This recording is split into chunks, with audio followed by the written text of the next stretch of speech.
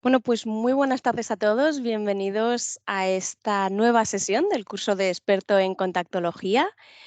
Eh, Vamos a hablar, en este caso, ya en la sesión número 5 de la exploración de la lente de contacto con la lámpara de hendidura, enfocado un poquito a la adaptación de la lente de contacto blanda.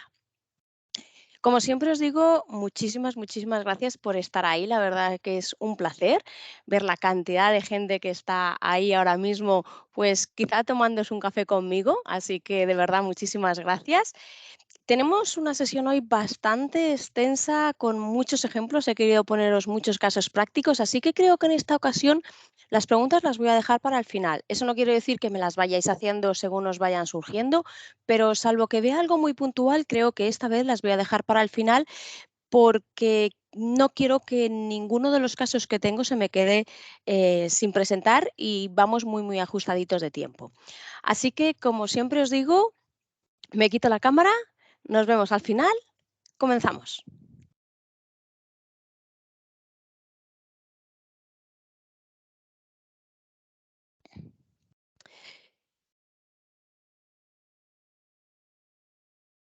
Bueno, pues como os decía, hoy vamos a hablar un poquito de la adaptación de las lentes de contacto en función de lo que vamos a evaluar con la lámpara de hendidura.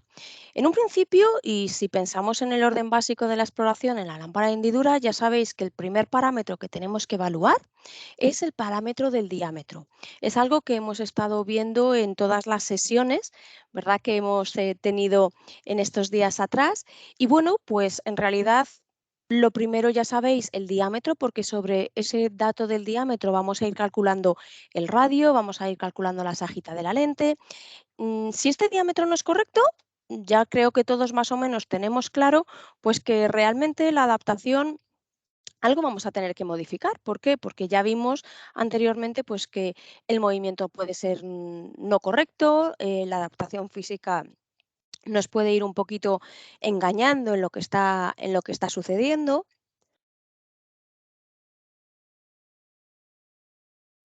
Si el diámetro no es correcto, bueno, pues ya sabemos qué tenemos que hacer, pues cambiarlo.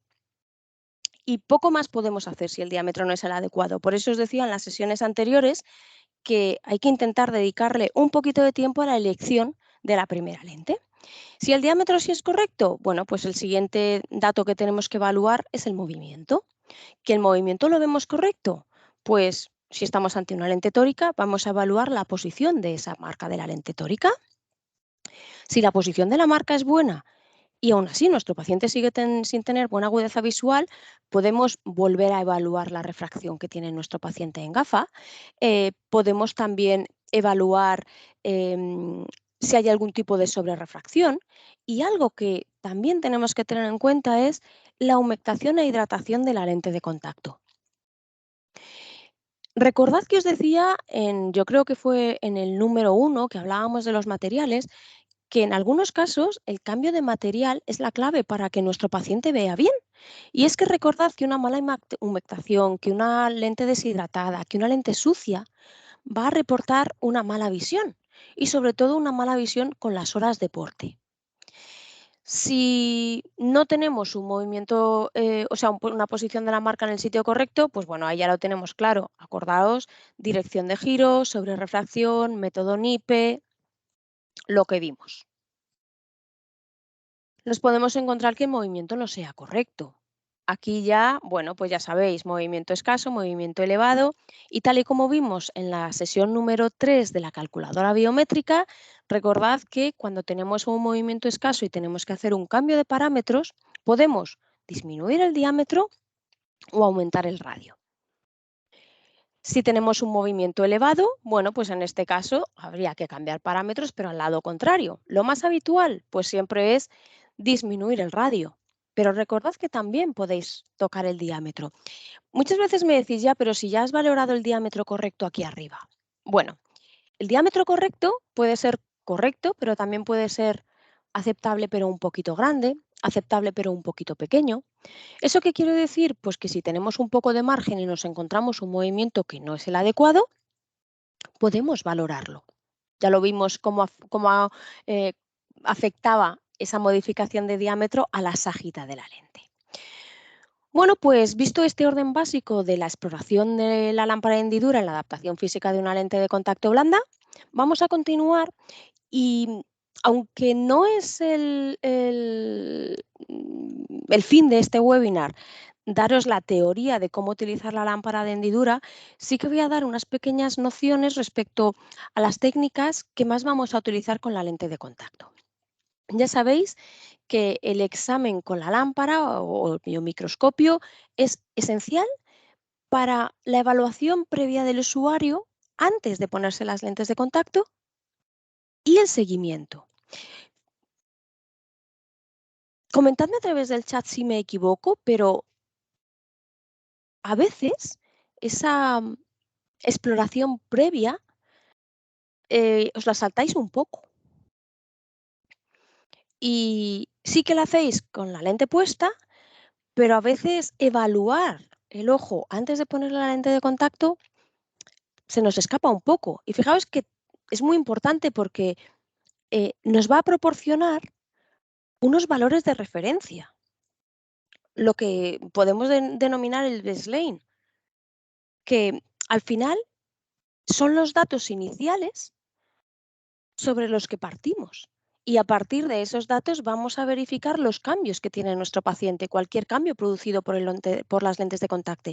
Si nosotros no tenemos ese baseline o no tenemos esos datos iniciales, vamos a poder ver algo, pero no vamos a saber cómo estaba antes nuestro paciente.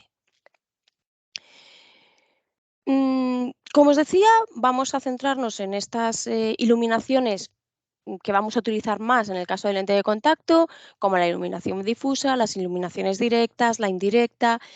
Y así a grosso modo, y para que lo tengáis en pantalla también, que sabéis que a veces me gusta poneros pues tipo resúmenes en las diapositivas para que luego las podéis utilizar de un vistazo. Como os decía, no es el fin de esta formación, pero vamos a ver de una forma muy rápida un protocolo tipo para la exploración inicial de un paciente en su primera visita. Iluminación difusa. Ojos cerrados, parte externa de los párpados, ojos abiertos, barrido de temporal a nasal. Siempre tenéis que aprovechar barrido de temporal a nasal y barrido de nasal a temporal, de tal manera que vamos a ir observando y moviéndonos derecha e izquierda, pero aprovechando los dos movimientos.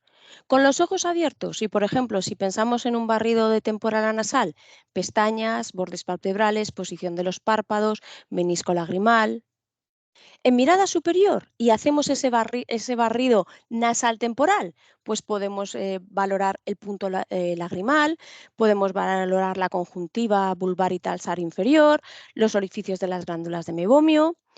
Le decimos, mira a la izquierda, podemos observar el lado temporal, mira a la derecha, el lado nasal, mirada superior, sujetamos el párpado, mirada inferior, vertimos los párpados, recordáis. ¿De acuerdo? Mm, Después, ¿qué podemos hacer? Pues una vez que ya hemos hecho esta iluminación difusa y que de alguna manera hemos tenido una observación global, pues podemos irnos a una observación un poquito más centrada, que la haríamos con el paralelepípedo, examinamos la córnea superior, barrido, por ejemplo, temporal a nasal, y a la vuelta del nasal temporal evaluamos la córnea inferior. En posición primaria de mirada, pues lo mismo, córnea del temporal hasta el ápice, cambiamos nuestra fuente de iluminación y verificamos la otra parte. Si en este punto vemos alguna irregularidad, algo que nos llama la atención, pues pasamos de este paralelepípedo a una sección óptica para observar las cosas con más detalle. La sección óptica, como os digo, al final es lo mismo que el paralelepípedo, pero le vamos a poner más aumentos, toda la luz que podamos y vamos a observar con más detalle aquello que nos haya podido llamar la atención. Y también la sección óptica es con la que vamos a realizar la técnica de Van Herring de estimar el ángulo iridocorneal. Reflexión especular, bajo mi punto de vista, imprescindible para evaluar los patrones lagrimales. Creo que es fundamental. También vamos a evaluar la hidratación de la lente de contacto. Con retroiluminación también podemos actuar de la misma forma que hacemos con el paralelepípedo. Y muy importante, que me lo decía Lidia, ahora llegaba Lidia, fluoresceína. ¿Cuántos de vosotros teñís con fluoresceína antes de poner una lente de contacto? La exploración con lámpara siempre tendríamos que hacerla 3 veces en nuestro paciente de lente de contacto. Antes de poner la lente, con la lente de contacto y al quitar la lente de contacto. ¿Cuándo deberíamos usar fluoresceína? Antes de poner la lente de contacto y cuando hemos quitado la lente de contacto. Veis que el baseline inicial es fundamental para cuando veamos las siguientes técnicas y le veamos a nuestro paciente con la lente y sin ella, podamos comparar. Iluminación difusa. ¿Para qué vamos a utilizar la iluminación difusa? Bueno, pues la iluminación difusa es una observación general, sin detalles. Pues con los ojos cerrados, parte externa del párpado, con los ojos abiertos las pestañas, los bordes palpebrales, el menisco lagrimal, las glándulas de meibomio. Si hablamos exactamente de la lente de contacto, ¿qué vamos a evaluar? Centrado, movimiento, marcas de estabilización, bordes, zona óptica. Y aquí es muy importante que utilicéis el filtro del difusor. Es un filtro que casi todas las lámparas de hendidura tienen, aunque algunas pues a lo largo de los años se han ido perdiendo, pero es un filtro que lo que va a hacer es que a nuestro paciente le moleste menos la luz porque no va a dar esa definición de aro, que luego o cuando vemos el paralelepípedo que lo vemos perfectamente formado, sino lo que va a hacer es iluminar de una manera difusa.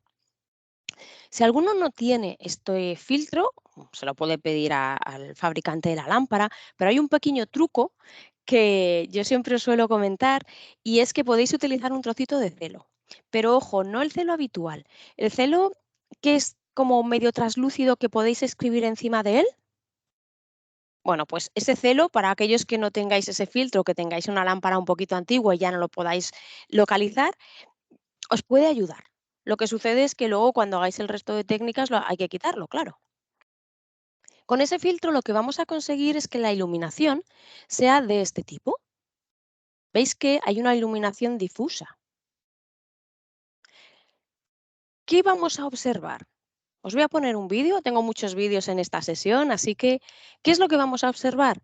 Pues una panorámica general, el centrado de la lente, el movimiento, le vamos a decir que mueva el ojo a la derecha, a la izquierda, para ver que hay una cobertura perfecta, la marca de la lente.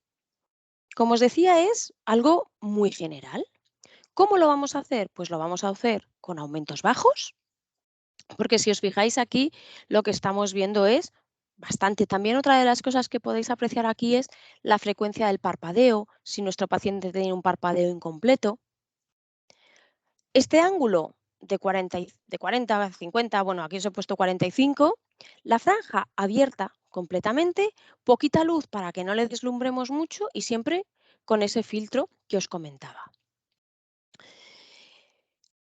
Mm, Si observamos algo que nos llame la atención, como os decía, hacemos un paralelepípedo, hacemos una sección, cogemos aumentos y nos centramos en eso que nos ha llamado la atención. Por ejemplo, vemos que por aquí vemos esto y decimos, uy, pues simplemente metemos más aumentos y podríamos verlo. La iluminación directa, en la que podríamos meter el paralelepípedo de Pogg, la sección óptica, la reflexión especular, lo que siempre que tenéis que tener en cuenta es que el área iluminada y el área enfocada coinciden en el punto de observación.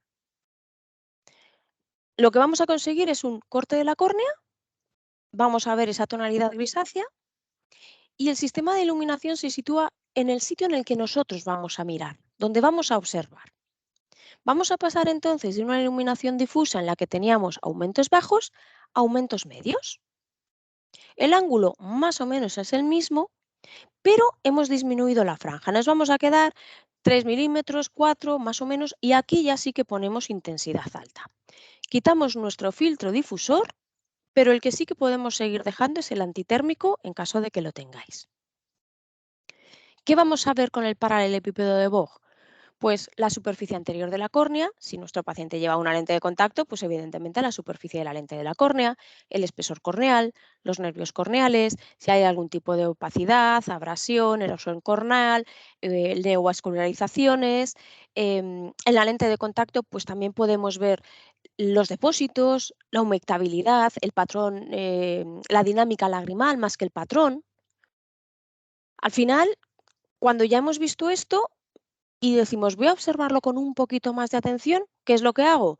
Pues pasaría a la sección óptica. Si os fijáis, es la misma situación que teníamos, con diferencia de que ahora ya tenemos aumentos altos y la franja más pequeña. De alguna manera nos hemos ido centrando en lo que queremos observar. Aquí, la primera, si el paciente le hacéis esta técnica de la sección óptica, la primera línea que vais a ver que es brillante, ese es el menisco lagrimal. Sí que es cierto que en esta técnica y, por ejemplo, para valorar el espesor corneal o para ver a lo mejor la profundidad que tiene alguna erosión, necesitamos bastantes aumentos. Yo diría que mínimo 40 y no todas las lámparas lo tienen. Pero bueno, sí podemos hacer un buen estudio. Al final, si os dais cuenta, lo que hemos hecho es aumentos bajos, aumentos medios, aumentos altos, de tal manera que cada vez hemos ido viendo las cosas con un poquito más de detalle. Reflexión especular. Aquí ya sí que cambia un poquito la cosa.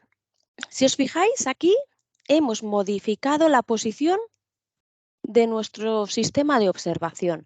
Antes le teníamos perpendicular a nuestro paciente, mientras que ahora le tenemos oblicuo. ¿Por qué? Porque tenemos que formar un ángulo de 90 grados. Este es un procedimiento monocular y no me voy a fijar en el paralelepípedo, sino que lo que voy a hacer es que me voy a fijar en esa reflexión especular. Esta técnica es fundamental para ver la humectabilidad de la lente, para ver los depósitos de la lente de contacto, para ver la capa lipídica. Y la mejor manera de realizar esta técnica es empezar con aumentos un poquito más bajos y cuando ya lo tengáis un poquito enfocado, le pasáis a aumentos más altos. Os voy a poner un vídeo para que lo veáis. Vamos a ver. Fijaos que aquí no tenemos aumentos altos, tenemos unos aumentos medios, pero ya estamos empezando a enfocar. Veis que aquí perfectamente, voy a ir para atrás, aquí perfectamente estáis viendo ya esa dinámica de la lágrima y esta parte de aquí es la reflexión. Aquí vamos a observar la hidratación o deshidratación que tenga la lente de contacto. Entonces, primero lo hacéis de una manera como si dijésemos, con menos aumentos, porque a mayores aumentos, más difícil, es más crítico ese enfoque. Veis que aquí se ve perfectamente ahí. Fijaos qué bien se ve si nos fijamos en el paralelepípedo lo que es la lágrima y aquí la reflexión especular. ¿Cómo vamos a valorar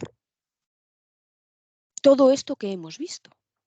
Fijaos que en realidad son 4 o 5 técnicas muy sencillas en las que si cogemos práctica y lo vamos a hacer relativamente rápido, pero lo interesante aquí es apuntarlo bien, porque si nosotros no dejamos las cosas apuntadas, eh, se nos van a olvidar. Y más en aquellos centros que sois varios optometristas. Así que yo os recomiendo que creéis una ficha propia vosotros que incorpore todo lo que os parezca interesante de una manera que sea rápida y sencilla. Centrado, diámetro, movimiento, push-up, posición de la marca, la lágrima, los patrones lagrimales, la humectación, los depósitos, el tipo de lágrima, tinción corneal. Al final lo que necesitamos es dejarlo todo apuntado. Yo os voy a presentar una serie de tablas. Aquí tenéis unas, pero vamos a ver muchas. Os las vais a poder descargar. Y una idea que a mí me parece muy buena, que os recomiendo sobre todo a aquellos que todavía no tenéis un protocolo establecido y os cuesta un poquito más, es que os hagáis en una hoja vuestro propio protocolo con este tipo de tablas y os la plastifiquéis. Con esta tabla plastificada, cuando tengáis a vuestro paciente en la lámpara de hendidura y un rotulador, vais escribiendo encima de esa ficha plastificada, de tal manera que cuando acabéis la exploración simplemente tenéis que hacer una foto a esa ficha e incorporarla a la ficha que tengáis de vuestro paciente en vuestro sistema informático. Echáis un poco de alcohol, borráis y lo tenéis listo para el siguiente paciente. De esta manera, nunca se os va a olvidar y es algo que podéis hacer al mismo tiempo que estáis observando con la lámpara de hendidura. Por ejemplo, centrado, pues lo veo aceptable. Ponéis una cruz. Pues lo veo aceptable, pero está un poquito, yo qué sé, pues desplazado temporal. Bueno, pues temporal superior, aceptable. El diámetro lo veo pequeño, pero aceptable. El movimiento, óptimo. El push-up, escaso, pero aceptable. Tardaríais nada y lo vais dejando todo apuntado.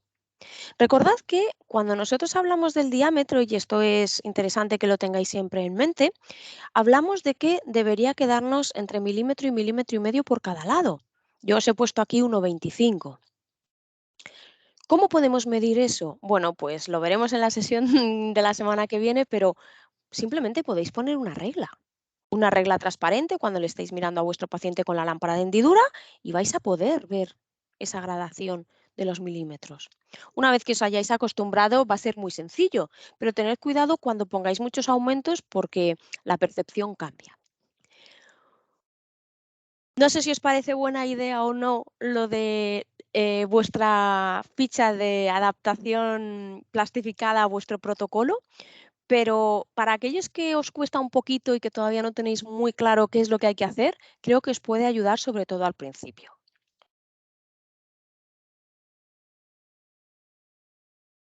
Os voy a poner ahora un vídeo, quiero que lo observéis. Esto sería, pues, luz difusa, visualización general.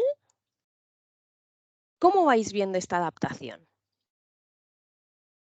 Y ahora la vamos a valorar.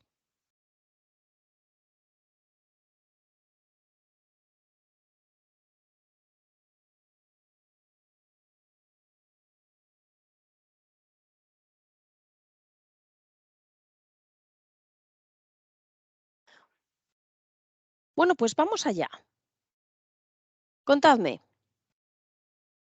¿cómo veis el centrado? Venga, ya os he dicho que esta sesión tiene muchos vídeos, tiene mucha práctica, así que os animo a que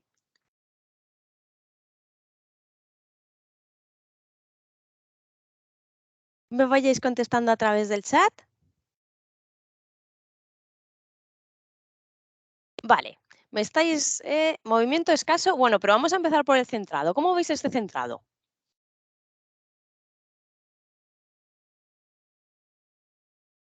Vale, un poquito descentrada, pero ¿lo podemos dar como aceptable?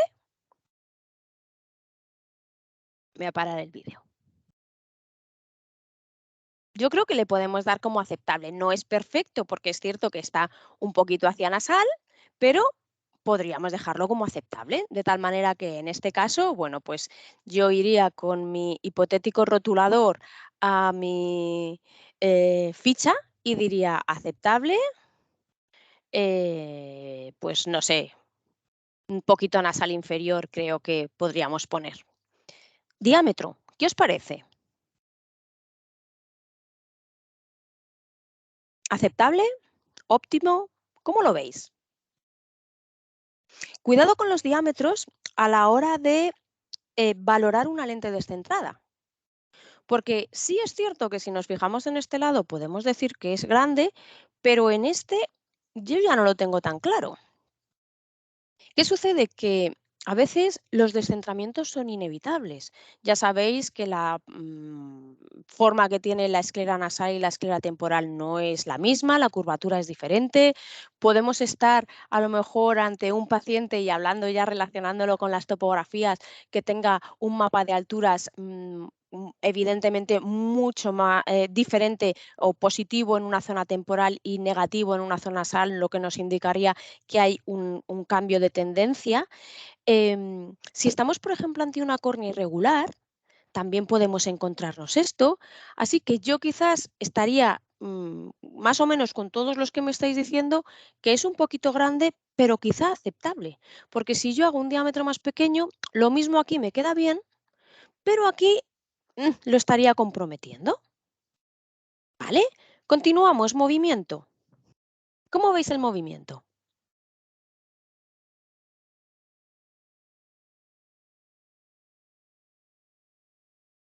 ¿Qué os parece?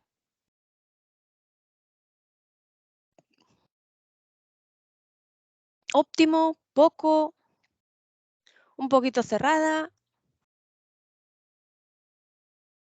Bueno, yo le veo escaso pero aceptable. Tenéis que tener en cuenta una cosa. Voy a poner el vídeo otra vez. No me importa detenerme un poquito más en este primero.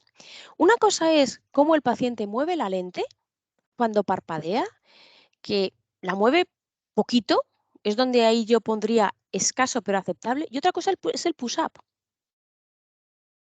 El push-up no está mal. Casi casi podríamos pensar que es un poco elevado. ¿Qué puede suceder en este paciente? Pues que sea un paciente, lo hablábamos, creo recordar en la primera sesión, que tenga un párpado un poquito laxo. Y el push-up sea más o menos aceptable o incluso un poquito elevado, pero el paciente le cueste mucho mover la lente. Así que no es lo mismo el movimiento de la lente que el push-up. Yo en este caso pondría movimiento escaso pero aceptable, me iría un poco a lo que prácticamente todos me habéis dicho. ¿Y cómo veis el push-up?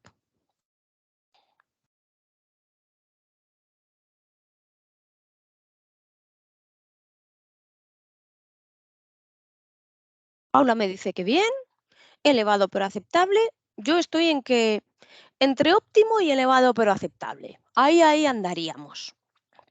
¿De acuerdo? Porque si bien es verdad que sube mucho, el movimiento hacia abajo no es muy brusco. Con lo cual, pues bueno, cualquiera de las dos respuestas me vale. Al final de lo que se trata es de que vosotros valoréis y encontréis vuestra propia, como si dijésemos, tabla de valores. ¿Vale? Bueno, vamos a por el siguiente. Os lo pongo y valoramos.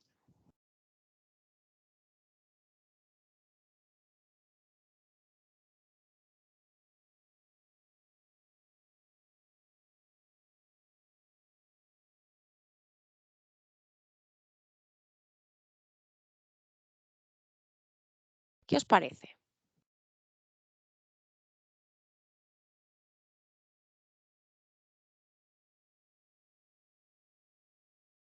Aquí os voy a poner una foto que os va a ayudar un poquito. Está descentrada, efectivamente, pero además está bastante descentrada. Diámetro grande, vuelvo a lo mismo. Si esta lente estuviera centrada, ¿el diámetro estaría correcto? Cuidado cuando queréis valorar el diámetro, pero las lentes están descentradas. Este descentramiento, ¿cómo lo valoraríais?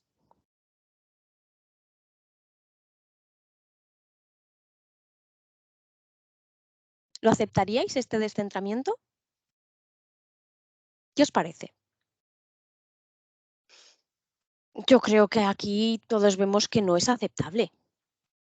Cualquier cosa que valoremos después de que esté centrado no es aceptable, pues hombre, nos puede ayudar. Podríamos empujar la lente con la mano, con el dedo, intentar centrarla para valorar si el diámetro es el correcto o no. Pero lo primero que tendríamos que hacer es intentar que esta lente no esté así. Posiblemente esté así porque es una lente plana, pues sí, puede ser que sea una lente plana. Pero cuidado, imaginaos que este ojo yo os he engañado un poco y lo voy a poner en el límite. Es una queratoplastia. Pues a lo mejor nos tenemos que quedar con ese descentramiento, porque a lo mejor no somos capaces de poner esto mejor. Bueno, pues en ese caso tendríamos que valorar muy bien si realmente en esta zona que teníamos aquí, porque va muy al límite, si realmente en todas las posiciones de mirada hay una buena cobertura. Es habitual que en córneas irregulares, en poslásic, en queratoconos, en ectasias, os encontréis lentes descentradas. Y a veces tenemos que trabajar con este descentramiento. Eso no quiere decir que esto sea aceptable porque no lo es, pero a veces tenemos que trabajar con este tipo de situaciones.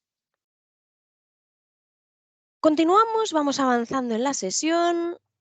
Vamos a ver qué más tengo por aquí. Bueno, los diámetros. Os pongo esto porque aunque lo veremos mucho más en detalle en la sesión de la semana que viene, cuidado con los diámetros. Los diámetros grandes me los encuentro constantemente y tenéis que valorarlos muy bien porque un diámetro grande hace que el resto de la observación física nos pueda llevar a equívoco. Nos metemos ahora con la valoración del giro de una lente de contacto con la lámpara de hendidura. Y os pregunto, ¿todos medís el giro exacto con la lámpara de hendidura o lo hacéis, como se suele decir, a ojímetro? ¿Cómo soléis hacerlo?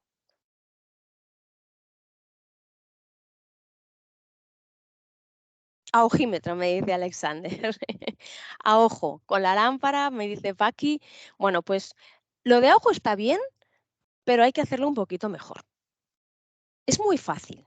Todas las lámparas tienen un sistema gradado en el que os van a decir cuánto giráis la franja. Entonces, para que tengáis claro, las lentes de Markinovi tienen una marca a las 6. Una marca a las 6 estaríamos hablando aproximadamente de 270 grados.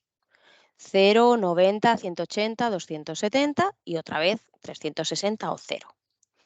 Entonces, si yo aquí tengo 270, que a veces en vez de 270 vuestra lámpara os puede poner 90 porque es el vertical, no pasa nada, da igual.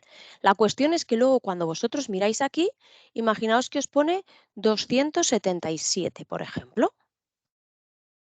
Bueno, pues ¿cuál es mi desviación? 277. ¿Cuál es la diferencia? 7 grados. Y ahora viene marcar hacia qué lado. Me da igual que pongáis a la derecha, a las 5, temporal, lo que vosotros queráis, pero que siempre lo tengáis claro. Por ejemplo, ¿cómo lo hago yo? Pues yo, como en este caso es a las 5, sé que a las 5 es restar, pondría un -7. Pero que vosotros así no os enteráis, pues ponéis 7 grados hacia las 5. ¿Que tampoco os enteráis así? Pues 7 grados hacia temporal. En este caso estamos con este ojo derecho. Un ojo derecho, un ojo izquierdo, ya no lo sé. Bueno, y la diferencia es lo que os indica cuánto tendríais que girar. No hace falta hacerlo a ojo. La lámpara nos lo hace perfecto. Imaginaos que, y esto sería el siguiente paso, tenéis un paciente que os dice, es que me da la sensación de que cuando parpadeo veo peor. Pues podemos ver si ese giro es estable también con la lámpara. Nosotros partimos de una posición inicial, que hemos dicho que son 277 grados. Bueno, pues manteniendo esos 277 grados y manteniendo la franja aquí, le vamos a decir a nuestro paciente, mira hacia la derecha, mira hacia la izquierda, mira hacia arriba, mira hacia abajo, mira al frente y vamos a verificar si la marca sigue estando en la misma posición que nuestra franja. Imaginaos que ahora la marca nos queda aquí, en 200, no sé, 74, por ejemplo. Este 274, recordad que lo vamos a sacar de aquí. Bueno, pues yo ahora aquí tengo desviación 274. ¿Cuál es la diferencia? 3. En este caso, yo pondría un +3, porque parto de 277 y llego a 274, es decir, estoy haciendo este giro. ¿Que no? Pues lo que vosotros queráis. 3 a las 7, temporal, nasal, a la derecha, a la izquierda, me da igual cómo lo apuntéis. Pero, ¿veis que se puede hacer un cálculo perfecto? No hace falta eh, hacerlo como si dijésemos que os lo comentaba antes a ojímetro. Luego, por supuesto, como nos dice Antonio, podemos hacer una sobrerefracción. Es más, debemos hacer una sobrerefracción con el nipio o con cilindros cruzados. Pero con una lámpara podemos valorar el giro físico que tiene perfectamente. No sé si todos lo hacíais así o alguno no lo tenía muy claro. Espero que con esta explicación entendáis que se puede perfectamente valorar. Continuamos, vamos a ir dejando un poco a un lado lo que es esta evaluación de los giros y nos vamos a centrar en algo que yo creo que es fundamental, que es la humectación. Todas estas escalas también os las vais a poder descargar. Os he puesto los links y los documentos para que os las podáis descargar. Y la humectación sería grado cero excelente y a partir de aquí vamos a ir pasando de grado 1 a grado 4, de tal manera que la deshidratación en un grado 4, como veis, va a ser muy, muy elevada y va a darnos bastantes problemas de visión y de calidad visual. Os pongo el vídeo y vamos a valorar. Fijaos que aquí podemos ver el patrón lagrimal. Aquí ya estamos viendo un poquito esa imagen especular. Pasamos a mayores aumentos, lo que os he comentado antes, hacedlo primero con menos y luego intentad pasar a más. Cuanto más aumentos, más difícil es, más crítico es ese enfoque. Y podéis fijaros o bien en el paralelepípedo para ver la lágrima o aquí. Aquí que tenéis esta imagen. Un segundito. Ahí. ¿Qué grado le daríais?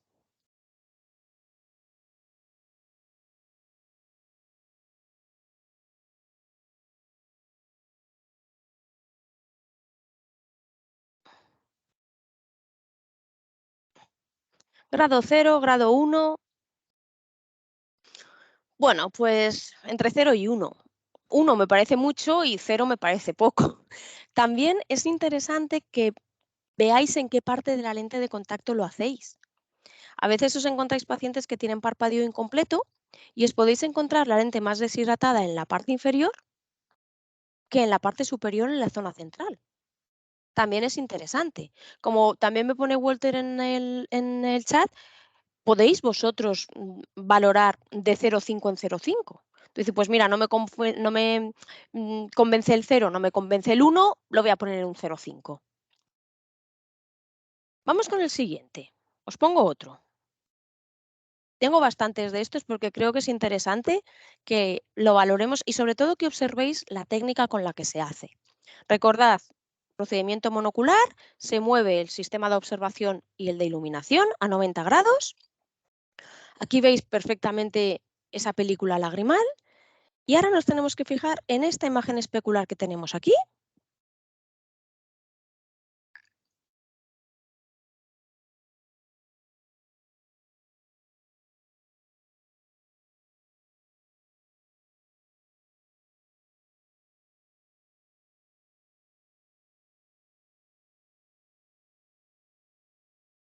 ¿Qué os parece?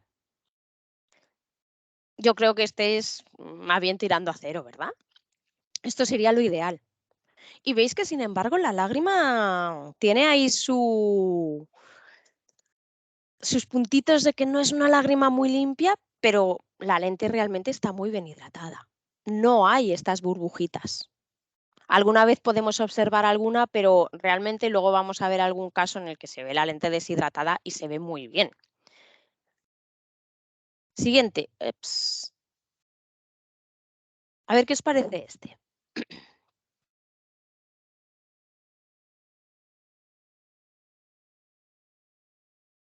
Y veis que costaba un poquito más ser capaz de enfocar eso que estamos buscando.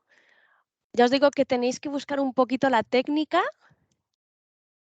Ahí se empieza a ver muy, muy bien.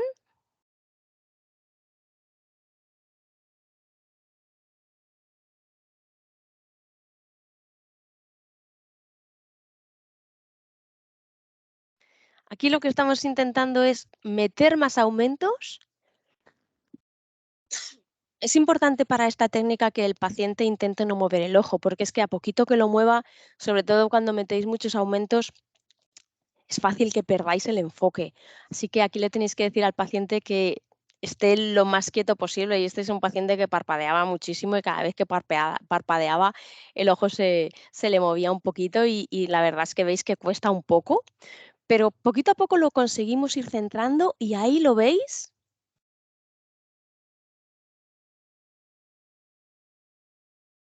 Entre 1 y 2, yo creo que estoy con vosotros. Dile que se esté quieto, sí, sí, pero a veces no lo conseguimos. Grado 1, grado 2, grado 1,5. Al final lo que yo quiero es que vosotros, como os decía antes, os creéis vuestro propio método de observación. No todos vamos a observarlo de la misma manera, pero dejadlo apuntado, es imprescindible. También os diré que tenéis que evaluar esto eh, con diferentes horas de porte. Si vuestro paciente os dice veo peor por la noche, pues a lo mejor no me vale de nada que le hagáis una aumentación a la lente de contacto con 1 hora de porte. Tendremos que valorar esto a lo mejor con 8 o 9 horas, que es cuando nuestro paciente se queja. Aquí tenéis otra, que esto podríamos considerar, por ejemplo, un grado 1. ¿De acuerdo? Así que, importante, si no lo hacíais, es una de las técnicas que yo creo que tenéis que incorporar en vuestro protocolo, porque realmente la deshidratación de las lentes de contacto y con los problemas de lágrima que cada vez nos encontramos más a menudo, es fundamental tenerla en cuenta. Depósitos. Bueno, pues vamos avanzando en todo esto. ¿Cuándo cambiaríais la lente? Me pregunta Paqui. Pues a partir del grado 2, y también depende del número de horas. Si tú te encuentras un grado 2 a 1 hora de porte, seguramente la tengas que cambiar. Si te encuentras a un grado 2 cuando nuestro paciente lleva 9 horas de porte, pues a lo mejor con una lágrima artificial es suficiente. Pero sobre todo, ¿cuándo cambiaríais la lente? Cuando el paciente refiere que tiene mala calidad visual, la adaptación física es buena y vosotros os encontráis una lente deshidratada. Ahí a lo mejor un cambio de material es fundamental. Os decía, depósitos, tipo lípidos, mucinas, proteínas, ¿dónde ponerlo? ¿Dónde tenéis que localizar ese depósito? Pues en el 1, en el 2, en el 3, en el 4. Los depósitos donde aparecen más habitualmente en la zona 5. ¿Por qué? Pues porque al final hay pacientes que tienen ese parpadeo incompleto. La cantidad, pues ligero, moderado. ¿Y qué tipo de depósitos nos podemos encontrar? Pues aquí tenéis un hongo típico, además el hongo con dendritas, esto es súper habitual. Falta de limpieza, por supuesto. Este es otro hongo que no tiene esas dendritas, pero también es muy típico con ese circulito central.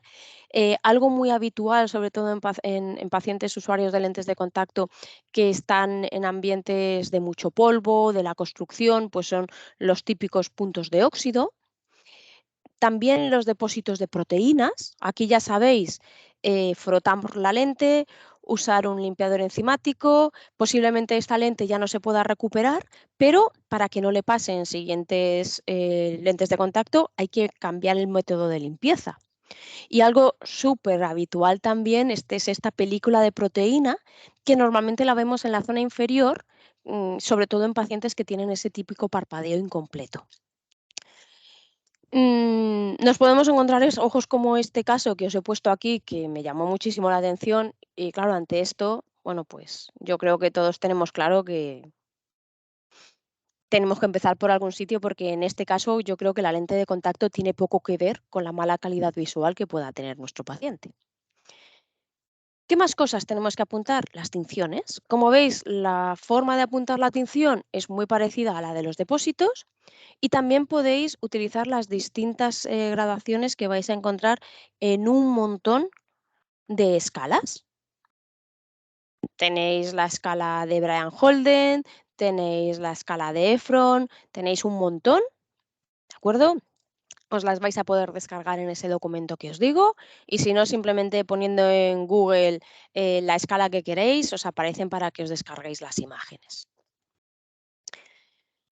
Mm, vale, nos vamos a meter ahora con la lágrima.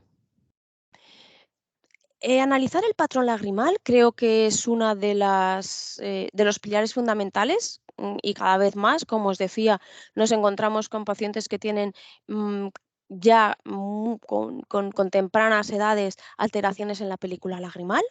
Así que tenemos que evaluar, por un lado, el patrón lagrimal, tenemos que evaluar películas en suspensión, eh, analizar cómo están esas pestañas, cuidado con las blefaritis. Yo he visto muchas blefaritis en niños. Los párpados, esa frecuencia de parpadeo.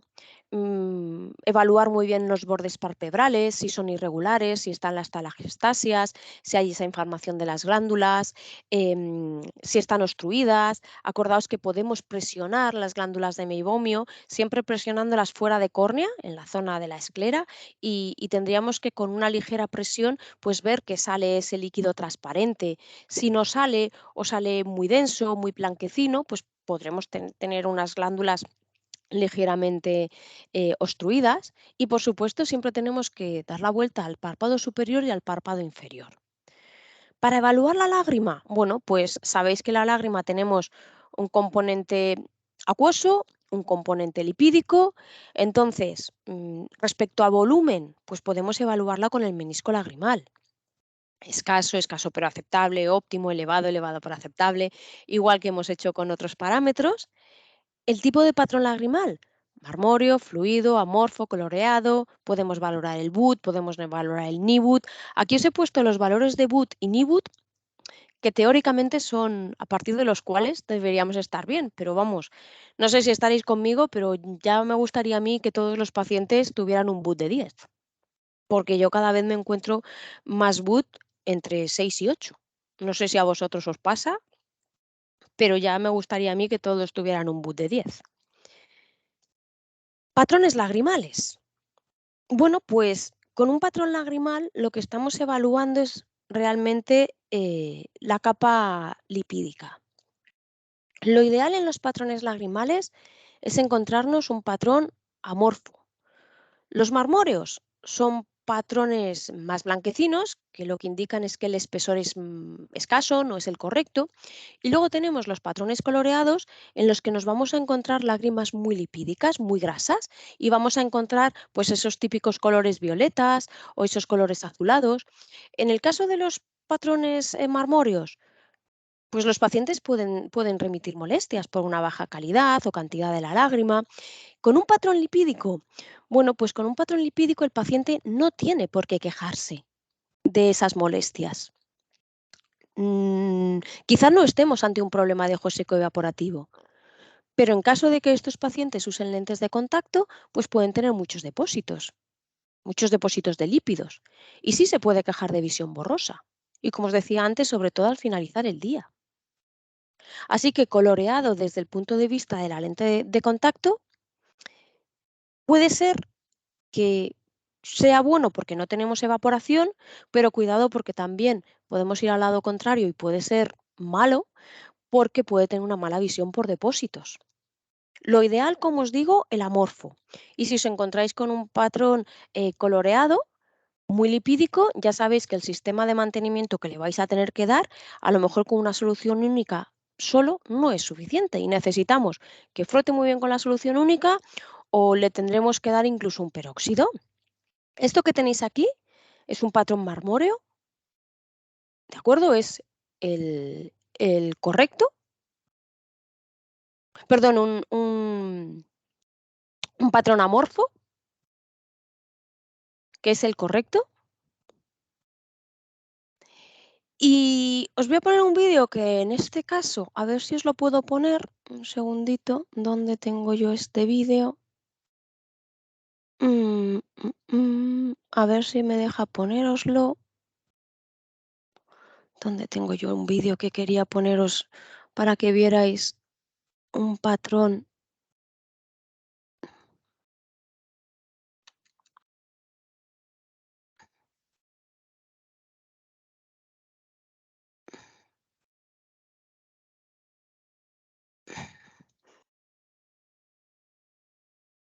A ver si lo podéis ver. ¿Veis ahora el vídeo?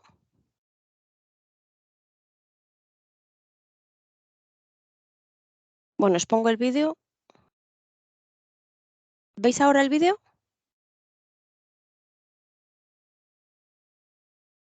Vale, sí.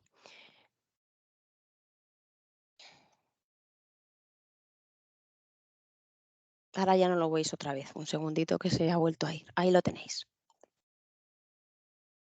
¿Veis que este es un patrón muy lipídico? ¿Veis todos los colores que aparecen?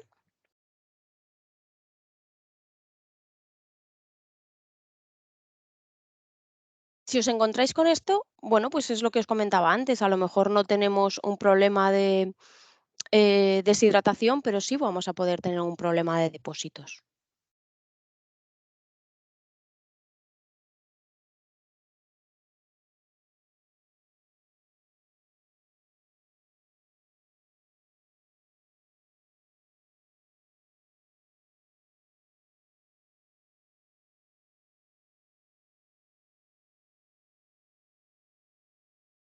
El patrón lagrimal lo podemos observar con la lente de contacto y sin ella. Lo que pasa que cuando tú tienes una lente de contacto, aparte de valorar el patrón, también vas a poder ver si hay depósitos. Pero esto, evidentemente, lo tenemos que hacer antes de poner la lente de contacto también, como ese baseline que os he comentado que tenemos que tener para ver qué pasa con la lágrima después. Imaginaos, os voy a poner un caso en el que tenéis un paciente que no tiene una lágrima grasa y de repente le ponéis una lente de contacto y empezáis a observar esto. ¿Qué puede haber pasado? ¿Alguien recuerda? Esto es quizá es demasiado exagerado, pero sí os podéis encontrar lágrimas que tienden a la lágrima grasa cuando antes no lo era. ¿Alguien se acuerda? ¿Os acordáis de la lente cerrada? Que os decía, los pacientes con una lente cerrada tienden a parpadear más y además un parpadeo forzado, presionando mucho las glándulas de meibomio y a veces os podéis encontrar una lente grasa. Efectivamente, una lente cerrada. Eso es. Calidad de la lágrima, vamos avanzando. El BUT, ya sabéis, con la fluoresteína, etcétera, etcétera. Aquí no me voy a detener. Incluso muchos topógrafos también nos hacen estos patrones lagrimales que os van indicando dónde se rompe la lente, la lágrima antes. Esto es muy interesante, estos patrones, porque cuando vosotros le dais al paciente una lágrima artificial, al mes y medio o 2 meses, tenemos que ver si esa lágrima le está funcionando. Podemos volverle a hacer un patrón lagrimal y ver si realmente está funcionando. Recordad que cuando nosotros recomendamos una lágrima artificial, hay que ver si esa lágrima está funcionando. ¿De acuerdo?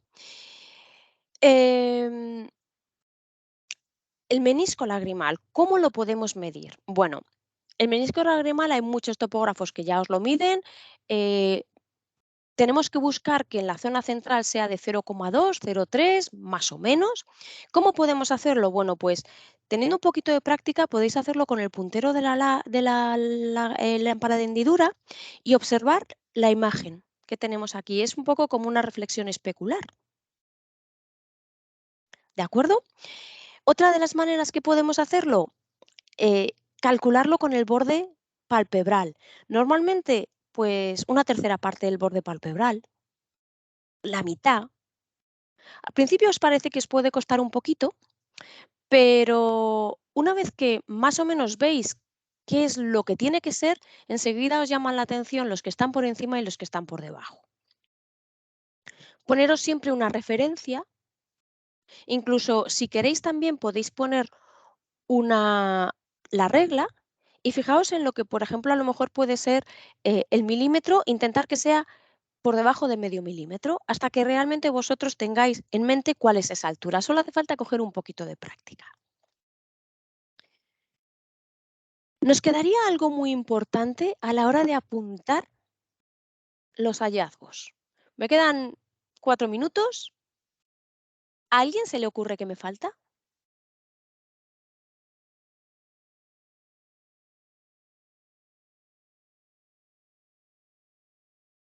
¿A nadie? Hemos apuntado muchas cosas de las lentes, muchas cosas de lo que hemos visto, pero ¿qué nos falta?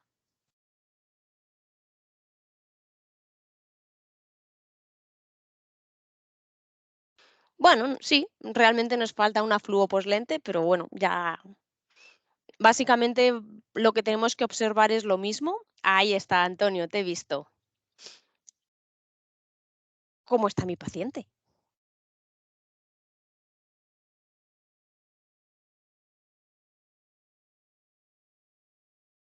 Evaluar las sensaciones de mi paciente. La lente está bien, está mal, vale, pero ¿cómo se encuentra mi paciente con ella?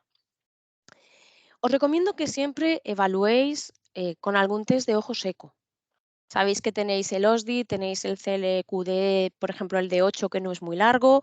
También os los he puesto para que os los descarguéis. Incluso se los podéis mandar al paciente antes de que venga a la consulta, porque os podéis encontrar pacientes que no tienen ningún síntoma y cuando vosotros hacéis la exploración con la lámpara de hendidura podéis ver algún signo. Una cosa es que se le pregunte, me dice Jerónimo, pero aparte de preguntarlo, hay que apuntarlo. Porque yo sé que vosotros muchas veces lo preguntáis, pero también hay que apuntarlo. Debemos tener un costanero que nos indique cómo ve, que nos diga, me falta esto. ¿Cuántos días las usas por semana? Promedio de horas. Yo no les pregunto cuántas horas las usan. Siempre le digo, ¿a qué hora la pones y a qué hora la quitas? Y muy importante, apuntar cuántas horas lleva de uso en la visita. Como os decía antes, si mi paciente se queja a las 8 horas de llevar las lentes, a mí de nada me sirve hacerle una exploración a la hora y media, porque a lo mejor el estado de esa lente no es igual que cuando ya lleva 8 horas. Os he puesto una tabla, vosotros aquí podéis poner lo que consideréis oportuno. A mí me gusta preguntar el confort, a los 5 minutos, a las 2 horas, al finalizar el día, la manipulación, poner, quitar, y yo siempre les digo que los valoren con un número. Es la manera más fácil de luego poder comparar. Visión general, visión de lejos, por el día, por la noche.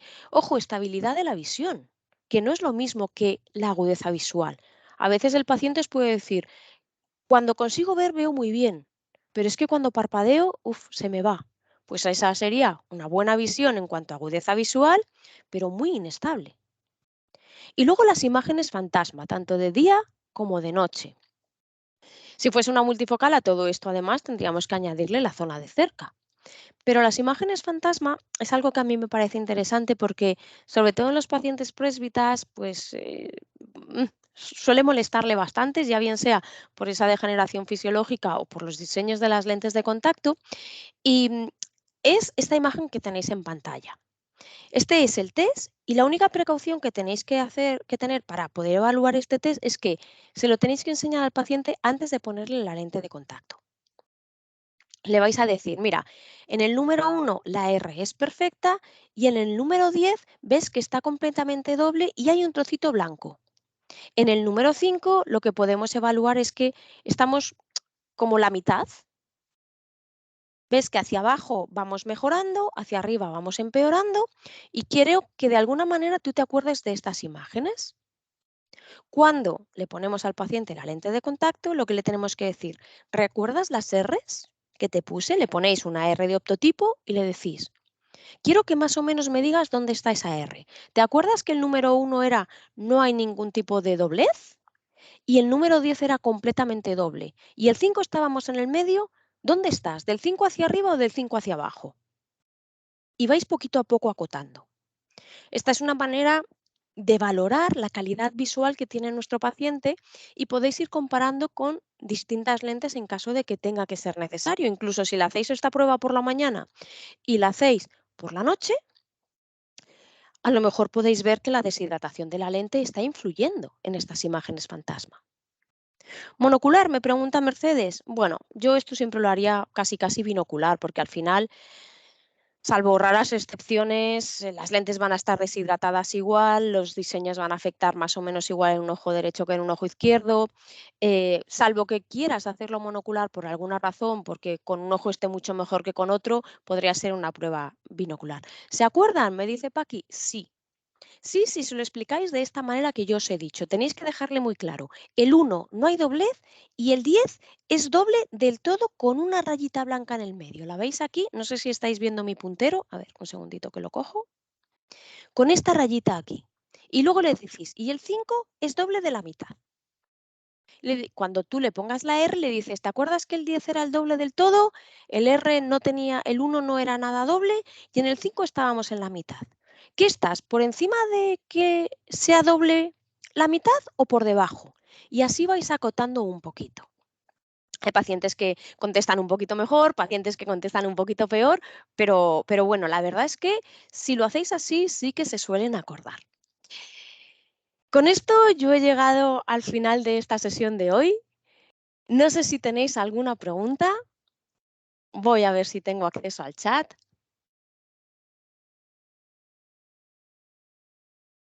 No sé si me he saltado alguna pregunta. He visto que tenía alguna, pero he ido intentando contestarlas.